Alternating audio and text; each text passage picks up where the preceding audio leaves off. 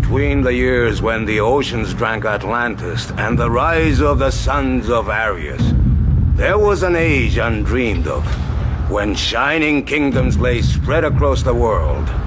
Hither came Conan, the Cimmerian, sword in hand. It is I, his chronicler, who knows well his saga. Now let me tell you of the days of high adventure.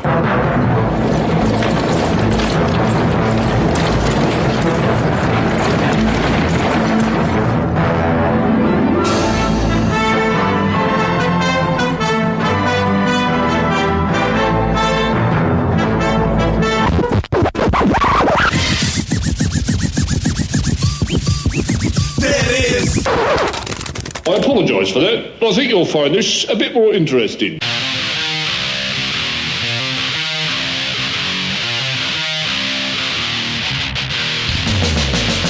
Hello and welcome to an all-new episode of Just Another Fanboy, the podcast with gigantic melancholies and gigantic mirth. I'm your host.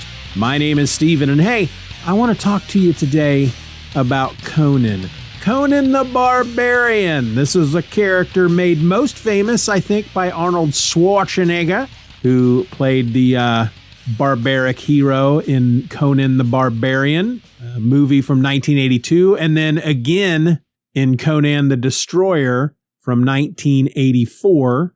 Jason Momoa also played Conan in a reboot or readaptation or whatever, Conan the Barbarian from 2011. But I'm not here to talk about the movies. I'm actually here to talk about the books and the comics. See, this was a character created by Robert E. Howard back in the 30s. His first appearance was in the short story The Phoenix on the Sword from 1932. And it was in that story that Conan is described as Conan the Cimmerian, black-haired, sullen-eyed, sword in hand, a thief, a reaver, a slayer with gigantic melancholies and gigantic mirth to tread the jeweled thrones of the earth under his sandaled feet, which I've always enjoyed that description. I think it's an excellent description of a character, especially in their first story. And you know what? I rather like the idea of just being out there treading the jeweled thrones of earth under my sandaled feet, but honestly, when I really give that a lot of thought, it sounds like a lot of work. Anyway, a number of years ago, I bought this book. I had been really in the mood to read some Conan because I had some past experience with the character. You know, I had seen Conan the Destroyer, which I believe was PG or PG-13. I hadn't seen Conan the Barbarian at the time because it was rated R. And so when Conan the Destroyer came out, I think on HBO, because we certainly didn't go see it in the theaters, I would watch it all the time. I was huge into the whole sword and sorcery thing as a kid, still am. Read a lot of fantasy novels and read a bit of Conan in the Marvel Comics, who had the license for a while back in the 70s. Dark Horse picked up the license in the 2000s, and I read some of that. And then Marvel has since got the license back. But a number of years back, I had just begun thinking. I think I was working my second job at the Walgreens, and I was up at the counter trying to avoid work between customers. And I got to thinking about the character and how I had owned a couple of books that I don't know if my brother picked them up or my dad picked them up, but they were a couple of paperbacks. And I remember them being around the house, but I never read them. And I do recall at one point picking up a hardback of a Conan book that Robert Jordan had written, because before he became famous from writing the Wheel of Time series, he had written some Conan stuff. And I don't remember anything about that book, if it was a collection of Robert Jordan Conan short stories or if it was a full novel. I'll have to check into that. But I got to really thinking about how much I would probably enjoy reading Conan in the form of prose. And I thought, well, if I'm going to do that, I would probably really enjoy reading the Robert Jordan stuff, but I should probably start with the original Robert E. Howard stories. And so I had picked up my phone and I started to look around on Amazon to see what they had for the Kindle. And I had found a collection that was, even on the Kindle, was like $35-$45 or something. And I just found that to be rather insane. And so I just kind of walked away from the whole affair and became really sad. And then a day or two later, I get this alert from Amazon saying, hey, here's something that you might be interested in because you were looking at Conan stuff. And it was a different collection of short stories, the original 21 short stories. And it was only 99 cents. It was on sale. It was 99 cents for the Kindle. And so I picked that sucker up. It was called Conan, the Collected Adventures of the World's Fiercest Barbarian. And again, it collects all 21 short stories that Robert E. Howard had written. And 17 of those stories did see print during his lifetime. He sold a lot of them to various magazines and whatnot. But I remember at one point, I started to read these short stories. And the first one in there is a story. In the book, it's entitled The Gods of the North. And as I started reading it, I realized, wait a minute, this is the Frost Giant's daughter, which is, I think I had a paperback with that story in it. The cover seems familiar to me, but it was a story I remember reading in the Dark Horse run. And so I read it in the book and I kept going. I went through a number of the short stories before I realized at one point, because I started doing some research online and found out that the way the stories are collected in this book, they're collected chronologically in Conan's history. If Conan was a real person, the Frost Giant's daughter, or in this case, the title in the collection was The Gods of the North, would have been Conan's first adventure.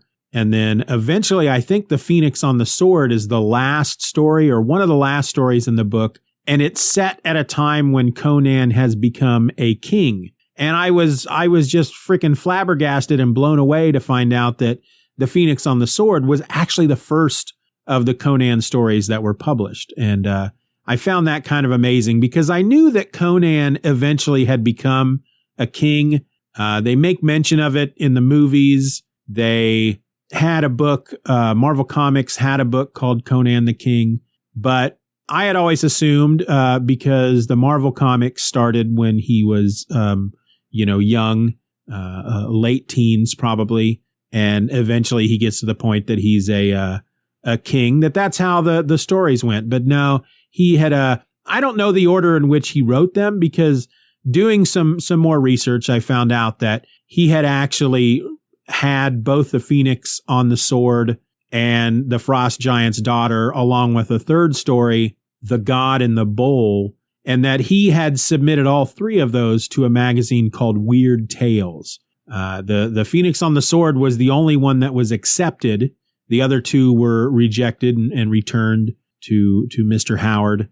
And so The Phoenix on the Sword became the first Conan story published. And so he had, I don't know, I find it interesting that he had this, at least a range of stories set throughout Conan's career. He had the Frost Giant's daughter, which is considered the Conan's earliest adventure, and then the Phoenix on the Sword, which is considered Conan's like one of his final adventures. But what I want to do here, though, with these series of episodes that I'm taking a really long time to explain.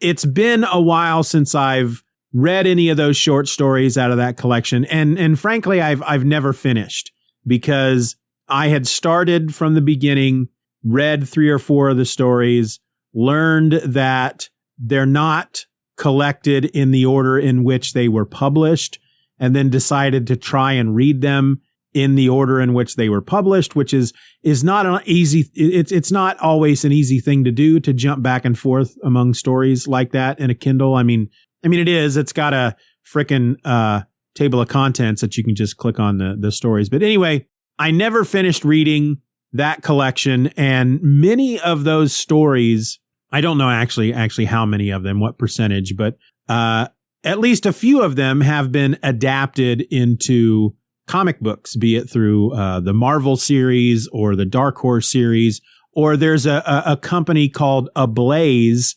which around the same time that Marvel got the Conan license, Ablaze is able to do, I guess the Conan stories are, maybe they are in the public domain at this point, but the name Conan isn't. And so Ablaze does a series of comics, miniseries comics under the title The Cimmerian, which is apparently how they can get away with doing Conan stories. They can call him Conan within the books, but they can't call him Conan on the title because Marvel holds that license. Anyway, what I thought I'd do is I'd go back through the collection, starting with the first story, and read the short story, and then read as many of the comic book adaptations as I could get my hands on, and then start talking about them here on Just Another Fanboy. So again, the first one, the one we're talking about today, is called The Frost Giant's Daughter. It appears in the prose collection as a story called The Gods of the North, which I find it kind of odd that they're using that title in the collection, because based on my research, when Robert E. Howard had this story and he had it called The Frost Giant's Daughter and he submitted it to Weird Tales and it was rejected, he changed the name of the main character from Conan to Amra of Arkbitana, and he changed the title then to The Gods of the North and resubmitted it to a magazine called The Fantasy Fan, and it appeared there in March of 1934. It then eventually got reprinted as a Conan story for Gnomes Press in 1953 for something called The Coming of Conan. And I don't know if it retained the title at that point, The Gods of the North, or if they went ahead and gave it the original title, The Frost Giant's Daughter, in that publication, which I don't know if that's a magazine or a collection of stories. I don't know of, or if it's one of those paperbacks that I have that has 3 or 4 of the short stories together in one paperback. But it's in this collection that I'm reading under the name of The Gods of the North. And it's actually a fairly simple tale. Conan is in the north, in the land of the ice and snow, and he is, at this point, he's kind of a traveling warrior. I don't know if he's considered a mercenary at this point, but he's fighting with a group of people called the Aesir. I found many ways to pronounce this, the name of these people. Apparently this, a lot of this comes from, Norse mythology. Robert Howard was very inspired by Norse mythology. And so the Frost Giant's Daughter takes place in Nordheim, which is, in this world, is located north of Cimmeria, which is where Conan comes from. And again, he's fighting with these warriors called the Aesir, and they are, or Aesir, and they are fighting the Vanir. And as the tale takes up, the battle is pretty much over. Everybody on each side is dead except for Conan and a red-haired Vanir. And Conan, of course, slays his enemy.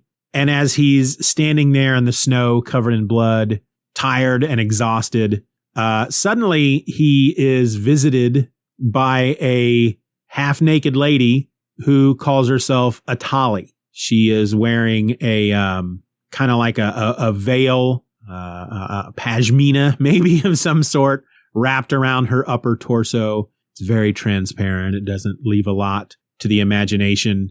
And she kind of mocks Conan and, in essence, kind of angers him and builds up his lust and kind of tricks him into following her. And she takes him to an ambush where he is attacked by her 2 brothers who are frost giants. And Conan, of course, kills them both. And he chases down Atali and he grabs her up in her arms.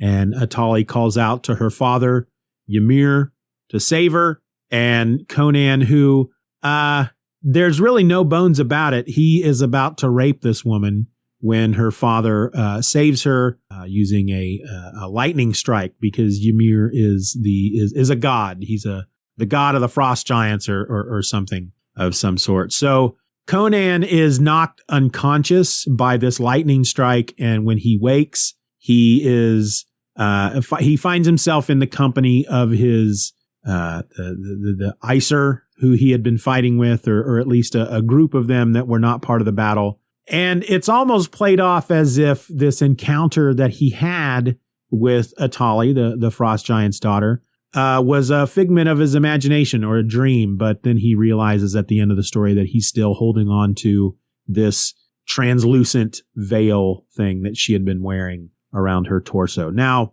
I will say that I'm of all the Conan stories that I've read so far, whether they are comic book stories or prose stories, this is really not one of my favorites. And a lot of it has to do with the fact that Conan was going to rape this woman. And there's a lot of, if you look up this story online and you look at the debate, there's a lot of debate that goes back and forth. And a lot of it that defends, a lot of the from the people that defend the story basically say that under normal circumstances, this is not something that Conan would do. But Atali, being the daughter of a god and a witch, used her magic to basically ensnare him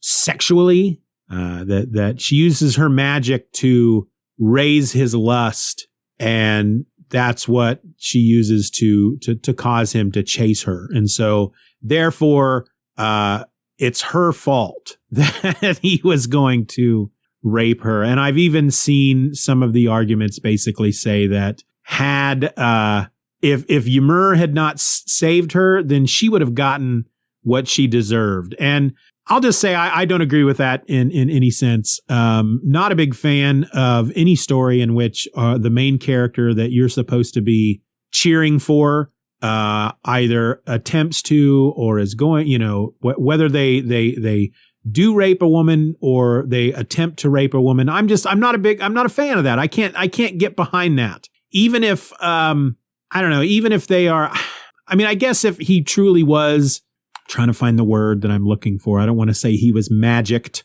to rape this woman, but in essence, that's one of the arguments. And you can certainly make that argument.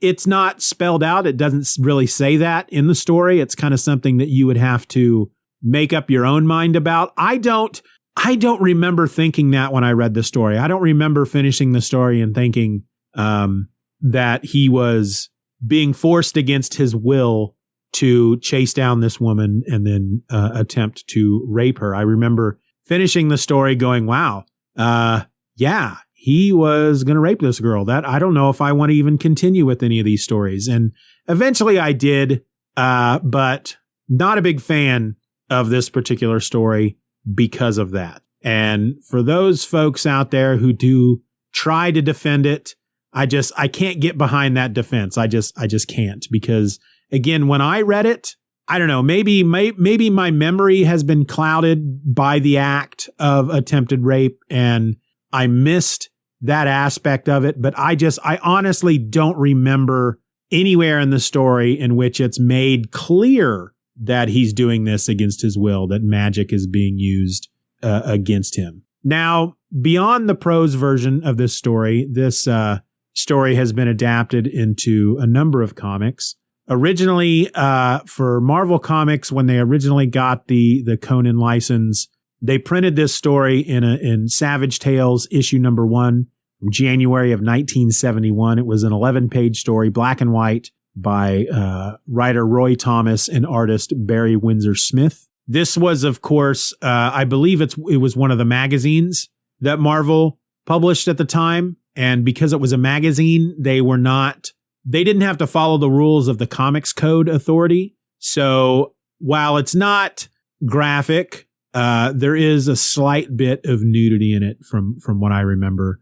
It was reprinted in Conan the Barbarian issue number 16 from April of 1972 in color. It has an extra page, so it's 12 pages. This is again through Marvel Comics.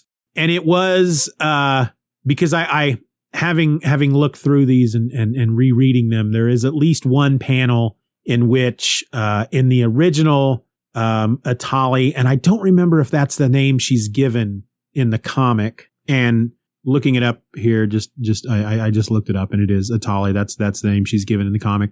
But there's at least one panel that in the original, she's standing there with that thin, transparent gossamer veil in front of her chest area, and you can see through it in the Savage Tales version, but you cannot see through it in the Conan the Barbarian version, which is because that is it wasn't a magazine, it was a comic book at that point, and so it fell under the Comics Code Authority guidelines. They reprinted it a third time for Savage Sword of Conan #1 from June of 1974.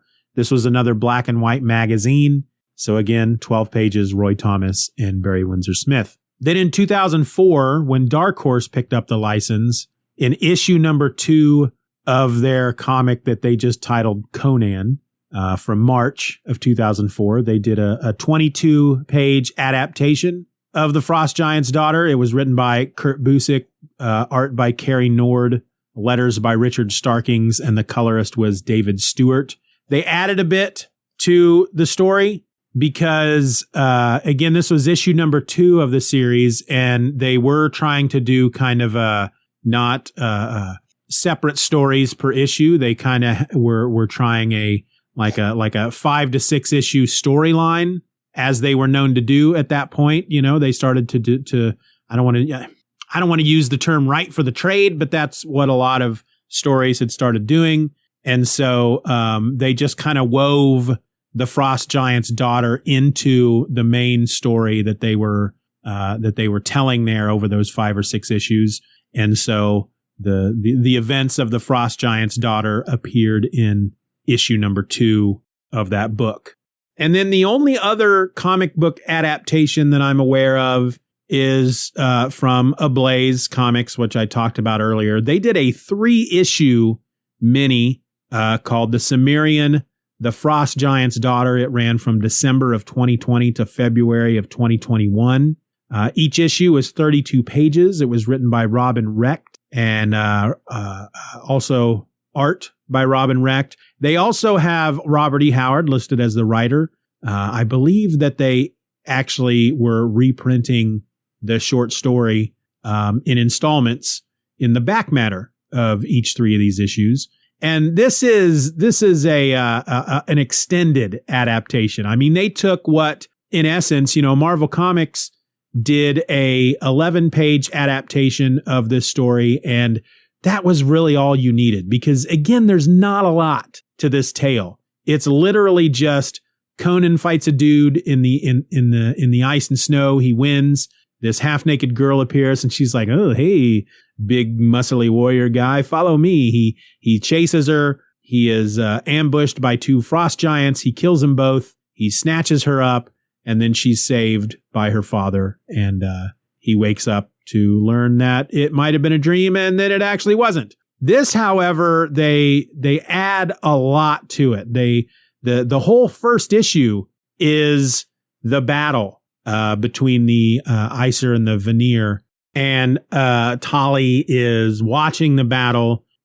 She's very into it. It's one of the things that I did kind of leave out is that it seems that she likes to choose the mightiest warrior and then present that warrior's heart to her father as a gift, basically. And so she's watching the battle, and she's really into it. She's waiting for to pick out the mightiest warrior.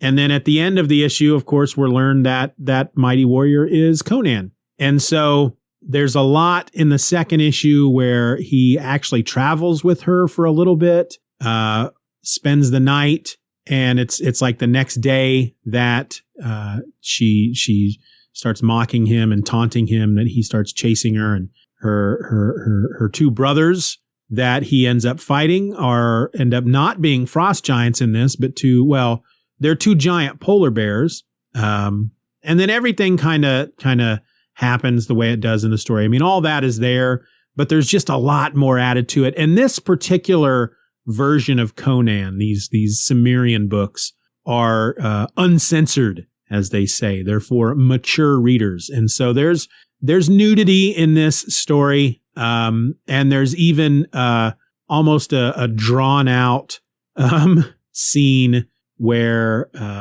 and it might be, if I'm trying to remember now, because it's been a couple of days since I read it, and reading all these back-to-backs, they kind of flow into each other a bit. But I believe it is when, here, I'll tell you what, let me just look it up real quick.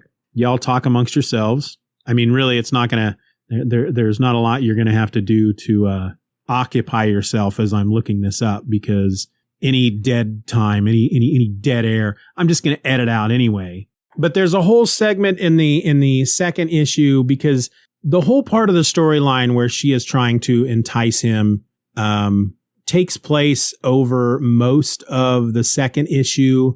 And she's really like, she's showing him some stuff. And at one point, as he's chasing her, he falls into a pit, and there's like all these dead warriors around him or whatnot. And she takes that time to start, she starts touching herself in a rather private way. And so, yeah, while the book isn't hardcore pornographic, it's definitely a mature reader's book. I think one of the issues I saw online has it listed as ages 16 and up, which is, it's issue number 3. The other two just say mature, and issue 3 says mature, and then in parentheses 16 and up. So I don't know if that means that they consider the first 2 issues more mature than the third issue, and that the third issue is only kind of mature. If you're 16, you're fine. But or if all 3 are considered 16 and up. But I think it would be silly to have the first 2 issues be rated more mature than the third issue. That would be kind of like having a trilogy of movies, and each one are rated differently. But, it is what it is.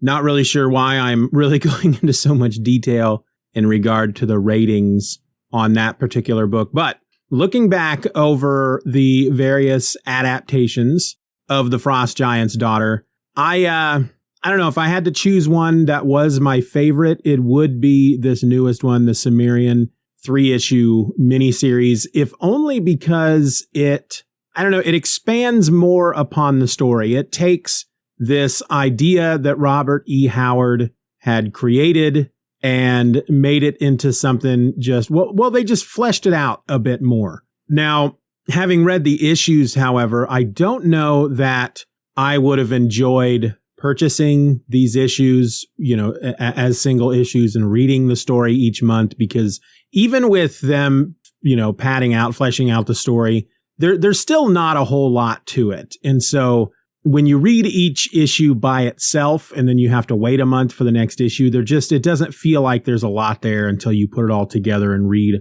all 3 issues at the same time. The art was gorgeous. Now, the art's really good on all 3 adaptations, whether it's Barry Windsor Smith over there on the Marvel version, Carrie Nord on the Dark Horse version, or Robin Recht here on the Cimmerian. The art is gorgeous on all 3. And I don't know. I mean, I would probably choose the Cimmerian as my favorite of the 3 adaptations. But all in all, the story itself, I'm not a big fan of. I've said that already. It's not one of my favorite Conan stories. It's probably having not read all 21 of them yet, at this point, it's probably my least favorite of all the Conan stories, which is kind of a shame, because most collections of Robert E. Howard's Conan stories start out with The Frost Giant's Daughter, because they tend to, when they put these collections together, they tend to list the stories in order of Conan's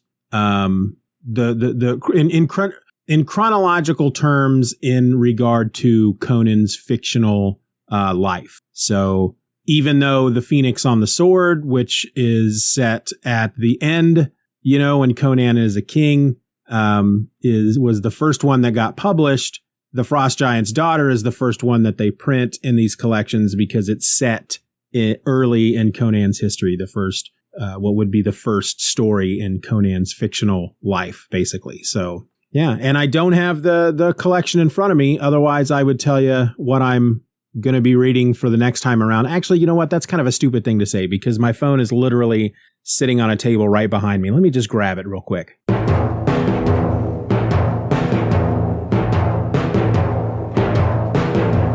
All right, so the next story that I will be reading is The Tower of the Elephant.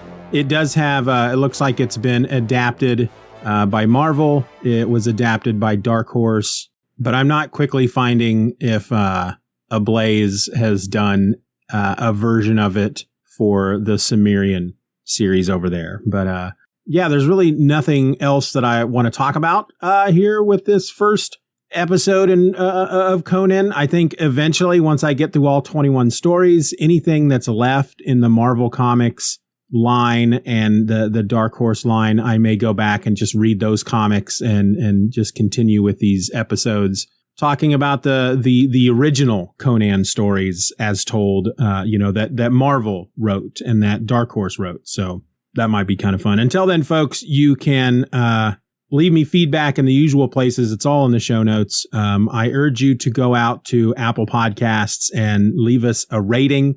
You don't have to spend any time reviewing the show, but if you want to give us a rating, it's just as simple as tapping, 1 to 5 stars, 5 being the best. And you can also join us over at the forum at forum.justanotherfanboy.com. You can subscribe to my newsletter, Steven Says Stuff. You can find that at list.justanotherfanboy.com and get every episode I do each week, whether it's Just Another Fanboy or the Superman Super Show or my other podcast or the upcoming Just Another Fanboy Presents, which that's a little tease. I've announced it out there on Twitter and on the forums. I haven't done an official announcement here on the podcast yet, but basically the trailer is out there. I'll put a link in the show notes for the trailer, but I'm starting this new podcast called Just Another Fanboy Presents.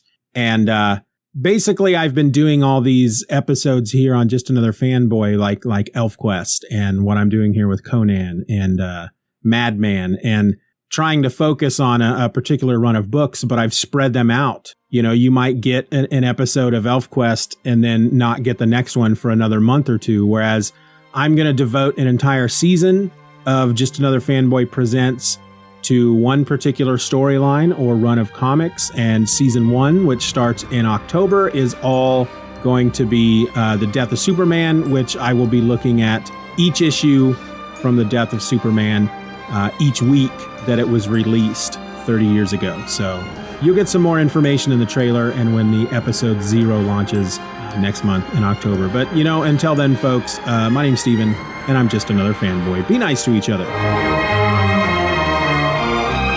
So it was that Conan mourned his lost Valeria. At length he sought adventure in distant lands and trod the jeweled thrones of the earth beneath his sandaled feet. Until at last he found his own kingdom and wore his crown upon a troubled brow.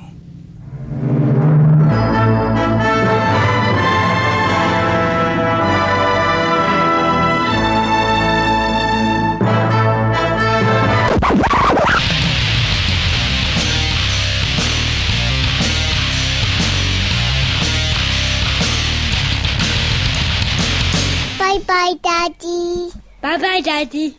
Good job. Uh-oh.